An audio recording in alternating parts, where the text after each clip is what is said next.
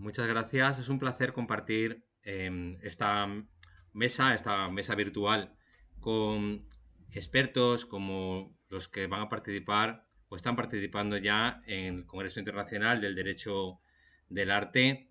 Muchas gracias a los organizadores, a la Bienal del Chaco, al Centro de Investigaciones de Filosofía Jurídica y Filosofía Social de la Facultad de Derecho de la Universidad Nacional de Rosario y a los patrocinadores, al Poder Legislativo del Chaco y a los auspiciadores Contexto y a la Fundación Formarte. Decía que es un placer intervenir y formar parte de esta mesa virtual junto a profesores como los doctores Miguel Ángel Cidro Caldani o Diego Mendi y los que van a exponer a continuación, la profesora Marianela Fernández Oliva, Diego Marcelo Daniel Tolosa, Damián de la Cueva, Alicia Lapenta, Miguel Ángel Pérez Martín, Manuela Arcos, y especialmente agradecido estoy al profesor Damaso Francisco Javier Vicente Blanco, porque ha sido la correa, digamos, de invitación en este caso para poder formar parte de estas jornadas. Ha hablado el doctor Ciuro de los aportes tridimensionales a la comprensión del lugar de la obra de arte y el profesor Mendy sobre la inteligencia artificial y la escultura. Y quizá deba disculparme porque mi comunicación es mucho más amplia, está menos acotada, ¿verdad? Mi idea es sugerir una serie de ideas, de reflexiones sobre el significado de la decolonización de los museos al hilo de algunas reacciones al anuncio del ministro de Cultura, Ortasun, sobre esa iniciativa, que por otra parte es algo que va con el viento de la época y sucede y ha sucedido y se hace y se está haciendo y se va a hacer en muchos otros países, que se llama descolonizar a los museos. Pero mis ideas, mi reflexión no va en el camino de hacer una crítica de esta medida o decir una loa sobre esta iniciativa, sino más bien reparar en algunos errores y reflexionar sobre algunas posibilidades que tiene este movimiento de colonización de los museos como una ocasión de pensar, de repensar el significado del arte y sobre todo el significado de la cultura. Porque yo creo que se están vertiendo en opiniones, en frases, sentencias, en aseveraciones muy gruesas con las que no es que no me sienta cómodo personalmente, que sería algo de poco humilde por mi parte, sino que creo que lesionan, que afectan a la capacidad de pensar, también para los estudiantes, para los jóvenes, para la ciudadanía, para aquellos interesados en ese campo que tiene que ver con la política cultural, el derecho público, el arte, la cultura.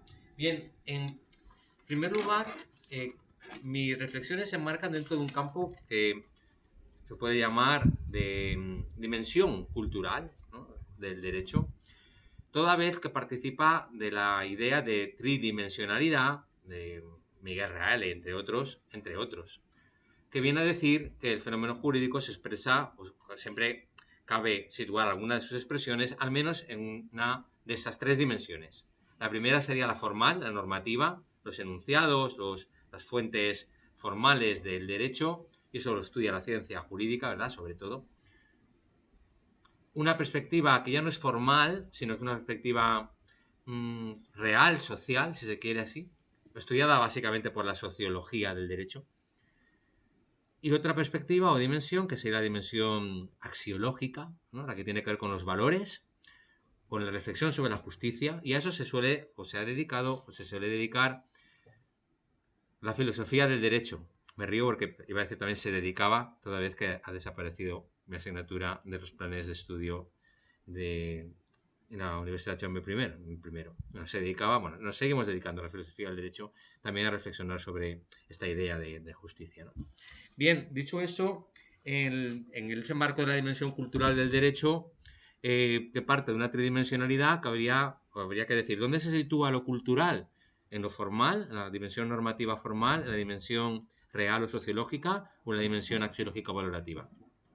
A mi juicio, y este es el germen de la mayor parte de mi trabajo en este campo, se sitúa a medio camino entre lo sociológico y lo axiológico, o sea, entre la sociología del derecho y la filosofía social y el análisis de la realidad social, si se quiere así, y la sociología pura y dura, más la cualitativa que la cuantitativa, si se admite todavía esta distinción, y el campo de la reflexión sobre lo justo. Porque se suele decir, y aunque sea así a trazo muy grueso, yo también lo suscribiría, que sobre la ética caben tres posiciones, sobre la reflexión de una conducta eh, que sea correcta desde un punto de vista ético, o las dimensiones que llamamos, perdón, las perspectivas o miradas que llamamos formalistas, que dicen lo que es correcto éticamente a priori, como por ejemplo la de Kant, ¿no? A través de los imperativos categóricos, las formulaciones estas universales. Oye, obra de tal manera que no quieras que se convierta a veces en una forma de actuar universal, o nunca utilices a una persona solo como un medio, sino también procura como un fin en sí mismo, etcétera. Bueno, pues vemos si nuestra acción encaja ahí y ya sabemos de entrada si es correcta o no. Junto a esas éticas formalistas que juzgan lo correcto a priori, están las éticas formalistas que juzgan a posteriori, básicamente, o por poner solo un ejemplo, las utilitaristas de Jeremy Bentham, de James Mill. Entonces hacen un cálculo felicítico, si maximiza el bienestar, entonces es correcta, si no, sabemos lo que es correcto a posteriori. Y luego está lo que es correcto porque lo vemos en formas de actuar de otras personas, que también pueden ser personajes. Por ejemplo, el jurado número 8 de la película 12 hombres sin piedad, el film de Sidney Lumet, de cuyo nacimiento se cumplen ahora 100 años, aquel interpretado por Henry Fonda. La honradez, ¿no? Que está dispuesto a sacrificar su noche, sus horas, para ver si de verdad hay pruebas para acusar a una persona de asesinato. O el personaje interpretado por Josh Brolin en No es país para viejos, la película de los hermanos Cohen, a partir de una novela de Cormac McCarthy. No puede dormir porque ha dejado de beber un sediento y luego vuelve a la camioneta y se encuentra a los narcotraficantes. La teniente Ripley, interpretada en Alien, el octavo pasajero, por Sigourney Weaver, ¿no? Esa determinación, esa también forma de enfrentarse con valentía a un peligro terrorífico. Bueno, como diría si se cansó, eso, pues, y tantos ejemplos, ¿no? Pero también personajes literarios, por ejemplo, el Doctor Riel de La peste de Albert Camus, la idea de solidaridad, o sea, la idea de que la ética no existe en el cielo de los conceptos, sino incorporada en personajes, en modelos. Entonces ahí el arte tiene algo que decir. Lo justo aparece también en el arte, porque hay personajes literarios, personajes cinematográficos, a los que queremos parecernos. De acuerdo con el aserto de Oscar Wilde, la vida imita al arte más que el arte imita a la vida. Entonces, si la vida imita al arte, significa que la vida también hay personas que orientan sus comportamientos de acuerdo con figuras y personajes de la literatura, del arte.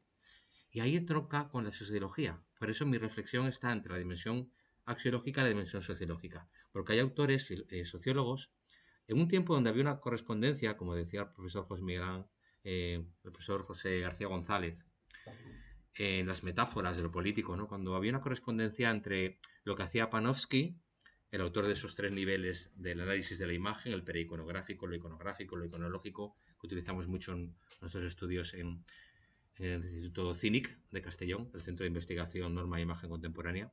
Bueno, los trabajos de Panofsky, decía, y la sociología de Karl Mannheim. Luego hay una especie de distanciamiento entre V. Warburg y, y Alfred Weber, o hay un distanciamiento, o a lo mejor Norbert Elias podría estar más interesado en la parte de del significado del arte y su muy acertada, en mi opinión, visión de la sociología como a partir de modelos, de personajes, de actores, ¿no? Una sociología dramática, también la que hace Erving Goffman, en esa microsociología de la vida cotidiana. Es decir, actuamos de acuerdo con modelos, con personas, también con personajes, nos queremos parecer, y ahí hay todo ámbito ético o ámbito moral del arte, poco estudiado, que debe ir más allá, en mi opinión, de la visión esta de la moralina, de que el arte debe ayudarnos a ser buenos, a ser mejores. No, el arte no nos enseña a ser mejores, entre otras cosas, porque el arte no puede transmitir la virtud, enseñar la virtud como puede hacerlo un manual. En todo caso puede mostrar, puede enseñar. No es el tema de los diálogos de Menón y de Protágoras, de Platón, ¿no? ¿Se puede enseñar la virtud? Yo creo que ahí tiene razón Wittgenstein, mucho tiempo después, cuando dice, hay cosas de las que no se puede hablar. Pero bueno, el arte puede mostrar, puede enseñar, darnos modelos, patrones, también para enseñarnos lo complejo que es el actuar moral y ético y la cantidad de contradicciones, antes hablamos de Sidney Lumet, que se producen entre los ámbitos de los deberes de la amistad, de la religión, de la política, de la ética, de la moral, del derecho. Para eso hay una obra magnífica que es El príncipe de la ciudad, de Sidney Lumet, que muestra todas esas contradicciones. Bien, cuando hablamos entonces del repunte de colonial del arte y lo queremos afrontar desde la perspectiva de la dimensión cultural, del derecho y los estudios de arte y derecho, de estética y de la norma, etcétera, deberíamos reparar en que este repunte es tal porque se produce en un momento cuando ya se ha hablado mucho de colonial. Incluso si aceptamos el término postcolonial simplemente como un marco temporal que sucede a la colonización, la colonialidad ha estado presente más antes de los estudios de Frantz Fanon, que oficia como guía, como referente a través de sus Condenados de la Tierra. Tengo mucha simpatía por ese libro de Frantz Fanon. Pero tengo menos simpatía, a pesar de que he aprendido mucho de ellos, de los libros de Bar Said, Orientalismo y Cultura e Imperialismo, porque toda vez que están llenos de razones, que ya empiezan a esencializar un concepto de cultura y hacer una dicotomía opresor-oprimido, que aunque es válida en el terreno, evidentemente válida en el terreno de cómo se suceden las lógicas de extracción, de explotación, de minusvaloración, desde la metrópoli y la colonia, no sé si se puede decir lo mismo respecto en el campo epistémico, ¿no? Y eso se lo dijo, el campo del conocimiento. Y eso se lo dijo muy bien a Yaz Ahmad en una obra de referencia un poco citada in Theory, Nation, Classes and Literature.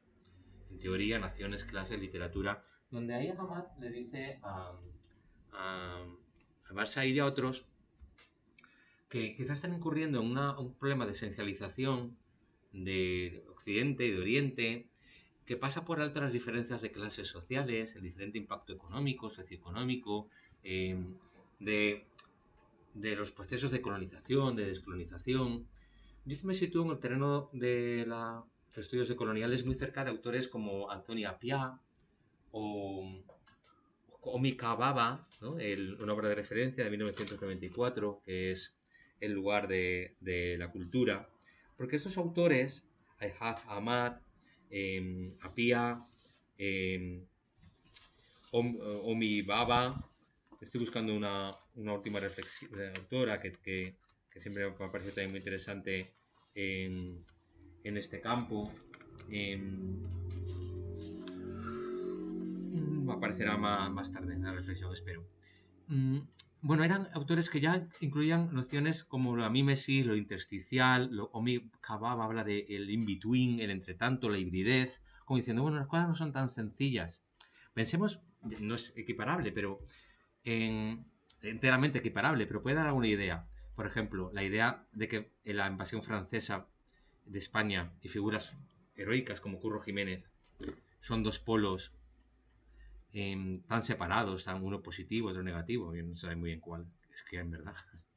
En, en el cuento de Edgar Allan Poe, El péndulo de la muerte, las tropas de Napoleón llegan a tiempo en su invasión en Toledo de liberar al torturado de la Inquisición.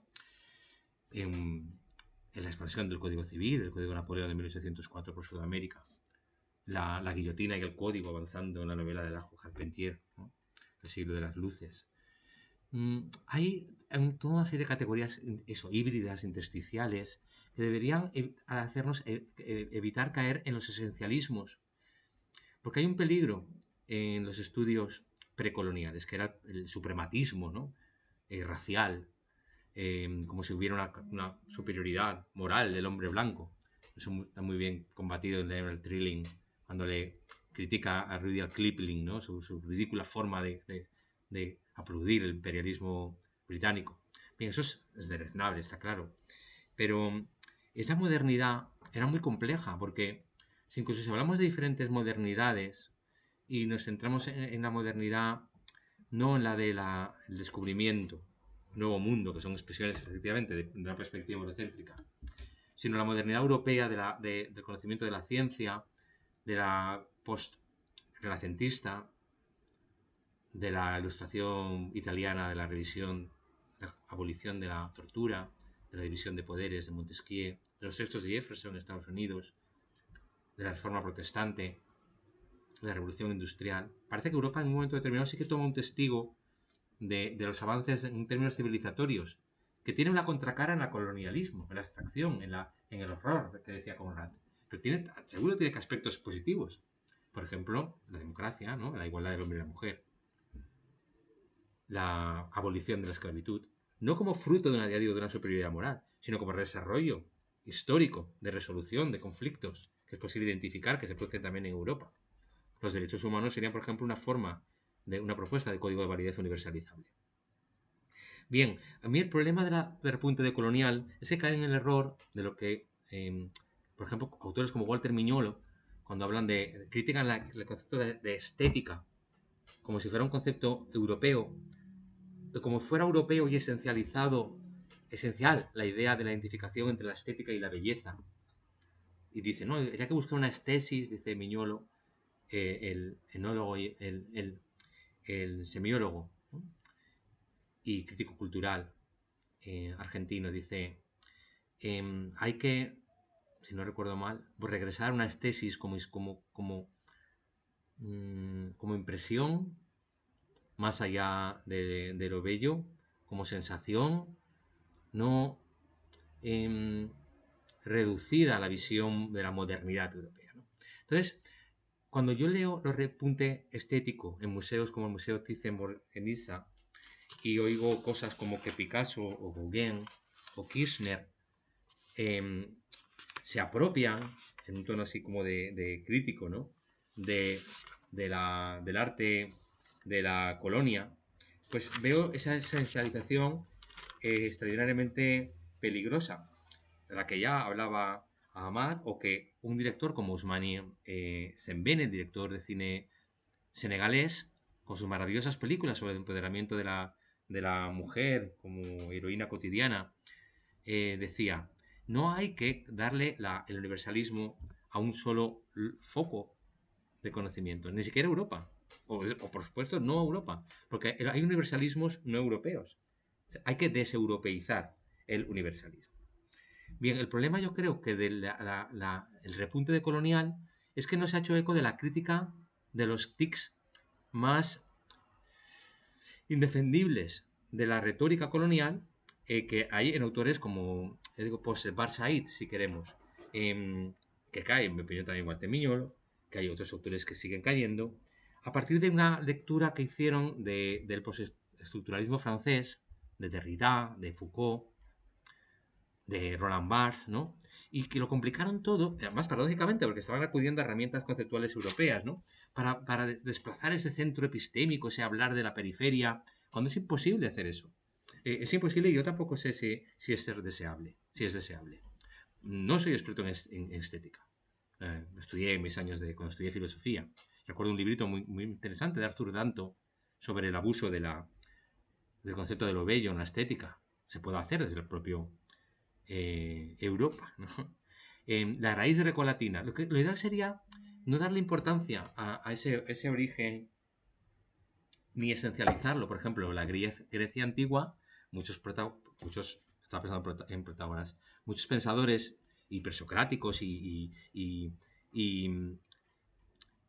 interesantísimas figuras, digamos, del pensamiento que llamamos occidental, pues provenían de Asia, por ejemplo, de Asia Menor, de Anatolia, de Turquía, o de lo que llamamos Argelia, o digamos Túnez o Egipto, influidos a su vez por China. Hay libros, y por la India, por supuesto, India y más que China. Libros como Gareth Diamond, Armas, Gérmenes de Acero, pues dicen que es la forma de los continentes, su latitud, la que explica que los soldados españoles pudieran y acabaran con poblaciones incas. ¿Por qué? ¿Por algún tipo de superioridad ontológica? No, porque la forma del continente hizo que hubiera rutas comerciales para que se conocieran la pólvora, el acero, o porque algunos, como Pizarro o como otros conquistadores, eran porqueros, tenían cerdos, los gérmenes los habían inmunizado, así que llevaron un montón de gérmenes allí. Pero no en unos términos de superioridades morales, buenos y malos, de forma esencializada. Levi Strauss, en los textos que escribió para la UNESCO en cultura, decía, cada cultura, o mejor, cada tradición, cada lugar, ha cooperado en el avance de la humanidad. Por ejemplo, si el Homo sapiens viene de la África que llamamos hoy Eritrea o Etiopía o Somalia, pues ellos durante miles de años hicieron la gran labor de la humanidad, conservar el fuego, empezar a pensar la supervivencia, o los esquimales, son el grupo que mejor ha resistido. ¿Y Europa? ¿Qué ha puesto Europa? Bueno, pues Europa le corresponde el testigo en el siglo XVII, en el siglo XVIII, con toda la separación de poderes, la doctrina de las garantías procesales, el discurso de la igualdad, que no funciona hacia afuera, también debe funcionar hacia adentro. O sea, el de dejen de pegarle palizada a los niños en los colegios no es una cosa eurocéntrica que se aplique de Europa a otro país, se aplica a Inglaterra, donde se pegaban los niños. O, o los derechos de los animales pues tendrán efecto respecto a las corridas de toros, por ejemplo, no solo frente a las peleas de gallos. Son ideas que son propuestas de validez universal, que yo creo que se pasan por alto en la crítica epistémica del discurso decolonial. ¿Qué otros problemas ofrecen, en mi opinión, el discurso decolonial de museos como dicen Bordianiza? Pues cuando cogen extractos de Kant, intentan desprestigiar toda la modernidad, como haciendo sinónimo de modernidad al colonialismo, cuando la modernidad de la ilustración es algo mucho más importante. Poner en cuestión juicios, razonar, no dar nada como dogma. Ese pensar puede funcionar al margen de la colonización. Y ese legado debemos conservarlo con una ilustración crítica, si queremos, una ilustración consciente de los peligros, ¿no? Pero es irrenunciable. Yo ahí coincido con Jürgen Habermas, que hace falta más modernidad, más ilustración todavía. El riesgo ya sabemos cuál es, ¿no? Los atavismos, la irracionalidad, los nacionalismos. Bien, para ir acabando, yo creo que aparte de estos problemas de reducciones, de estereotipación del europeo, de demonización, creo que frente al riesgo ese del suprematismo colonial, entonces hay otro riesgo, que es el que están cayendo muchos museos. Podemos llamarlo inocentismo, ¿no? El inocentismo, el pensar que lo puro es la tribu y el corrupto es el hombre blanco, olvidando cuáles son las dinámicas de conquista típicas del ser humano, que están en todos los lugares, ¿no? O olvidando que no sé, la de los indios, como si fueran países angelicales. No hace falta ni una quita a la otra lo terrible de actuación de un fanático enloquecido como un general Custer, también dibujado, por cierto, en los últimos cuentos de George Saunders, ¿no? Y en la película de Arthur Penn, El pequeño gran hombre, ¿no? Un genocida enloquecido. Claro, eso es totalmente detestable, pero no se puede buscar en errores de angelización de todas las culturas, ¿no? Per se, como Steve Bauman dice, la retroutopía, ¿no? Una cultura es buena porque era edénica, es pura. Eso me recuerda un poco también al nazismo, ¿no? Eso de no está corrupta, es pura. No sé, esa idea que transmiten los museos me parece peligrosa. También el olvido de qué puede consistir la diversidad cultural hoy, ¿no? A menudo muy relacionada con lo étnico, con la pigmentación de la piel. Ayer, cuando ganó la selección española de fútbol, se decía, es una selección multicultural. Bueno, pues si son dos chicos, son de la misma cultura que cualquier chico de Bilbao o de Barcelona, que sus padres provengan de otra lengua, de otra latitud, es otra cosa. Pero, bueno, que son negros, ¿quieres decir? Sí, bueno, entonces es una sociedad multirracial, pero eso es completamente irrelevante. Creo que darle una diferencia, un significado a la diferencia racial es muy peligroso. Y en eso también cae el museo, no sé si es el Thyssen o el de Casa de las Américas en este caso. Creo que es el que se dijo a raíz de los procesos de descolonización del Museo del Prado, donde una curadora llegó a decir, no, habría que contratar personas no blancas. Eso recuerda, personas no blancas, como si eso añadiera algo a la comprensión, no sé, del fenómeno de la extractación y de la explotación de recursos del colonialismo del siglo XIX. Eso recuerda a la butad de los agentes de la poeta Amanda Gorman, ¿no? Cuando querían que la tradujera una mujer negra. Bueno, y lo importante no es la competencia lingüística, literaria. ¿Qué más da si es negro o blanco? O sea, no puede ser que la cultura salga por la puerta, o sea, que la raza salga por la puerta y la cultura entre por la ventana y se vuelva a esencializar todo, ¿no? Además, diversidad cultural. Hoy la diversidad cultural, en mi opinión, debería mirar más a la cultura en un sentido formativo. A veces se confunde la cultura en un sentido descriptivo, la etnológica, la antropológica, esto fue así, esto es así, por ejemplo, las corridas de toros son parte de la cultura española, pero en un sentido descriptivo, no propositivo. No sé, yo por lo menos me parece que sea formativa, como no son formativas las peleas de gallos, y mucho menos la evaluación del clítoris, o la esclavitud azteca, o los sacrificios humanos, o el pegar en los colegios ingleses, o las hamburguesas hipercalóricas en Estados Unidos. La descripción de parte de la cultura de un lugar no necesariamente, o casi siempre es al contrario, no debe ser propuesta como un telos, no como un horizonte, como un fin. En cambio, hay una educación universal, la educación, la cultura como Bildung, como formación, que es mucho más interesante y se puede aplicar al campo del derecho. Creo que es lo que hace Peter Haberle con los estudios sobre la cultura, la Constitución como obra de cultura, y modestamente es lo que hacemos nosotros en el CINIC, en el Centro de Investigación de la Norma y la Imagen Contemporánea. Bueno, en fin, pensar mejor el significado de la cultura, pensar mejor el sentido y el significado del arte, reflexionar sobre estas ideas, no caer en la demonización de la perspectiva eurocéntrica, porque es una perspectiva más, es una perspectiva que en el siglo XVII y XVIII aportó, ya digo, la ilustración, el marxismo, que al final fue tan importante en países que hoy reniegan de Occidente. China es un país hoy de una gran influencia de un pensador alemán. El principio de separación de poderes, la igualdad del hombre y de la mujer, la protección de la esclavitud, los derechos humanos, surgen en un momento dado cuando otras culturas, otros lugares de mucha interacción ya han propuesto o ya han aportado y siguen aportando ideas, valores. Hoy en día, ya que estoy hablando en Argentina, la revista Kagisu Cinema pues da como primera mejor película del año 2023 a Trenkeleuken de Laura Citarella. Hay profesores que yo aprendí mucho, los dos fallecidos. Carlos María Carco, que era argentino, como ustedes, José Calvo, Pepe Calvo. Aprendí algunas ideas de lo que llamaba cultura jurídica visual. Hay centros en Málaga, como los que llevan pues, Felipe Navarro, María Pina Cercini, la catedrática Cristina Monereo, o Javier Damaso Vicente Alonso en Valladolid, y muchísimos centros, seguro que me dejaré un montón de ellos que están trabajando ideas parecidas a las que estamos viendo ahora aquí hoy en la Universidad de Rosario. Quizá por llevarlo a un terreno más positivo, ¿no? Hoy en día la mayor parte de las interacciones artísticas se mantienen en esa línea de lo híbrido, ¿no? De una perspectiva que trasciende la frontera nacional o lo esencializado, lo vemos en la música. Ahora cuando acabe esto voy a poner música post-punk rusa, ¿no?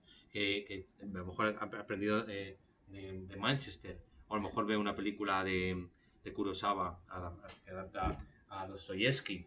Yo creo que la opción es, respecto a todas esas ruinas de lo colonial, de seguir señalando dónde se producen esos procesos de minusvaloración, de creación de asimetrías, desde luego, de nuevas formas de violencia, reparar en lo que pueden ofrecer los pueblos indígenas en relación con la producción y el medio ambiente, que es una gran lección, de proponer un modelo alternativo de globalización económica, que no sea el modelo neoliberal, para no confundir universalismo con globalización neoliberal. Hay muchos otros modelos que también son universalizables. Al final, el modelo neoliberal es un modelo muy local, que se quiere exponer a fuerza de acabar no solo con recursos naturales y ambientales, sino con nuestra salud psíquica del trabajador, del precariado cognitivo, ¿no? Que diría Bifo Berardi. Bueno, hay una serie de cuestiones que seguramente me habré dejado en el tintero, pero que quería señalar aquí. Muchas gracias a todos por la atención y estoy abierto a todas las preguntas que me permitan, además, perfilar mucho de lo que hemos estado hablando aquí. Gracias.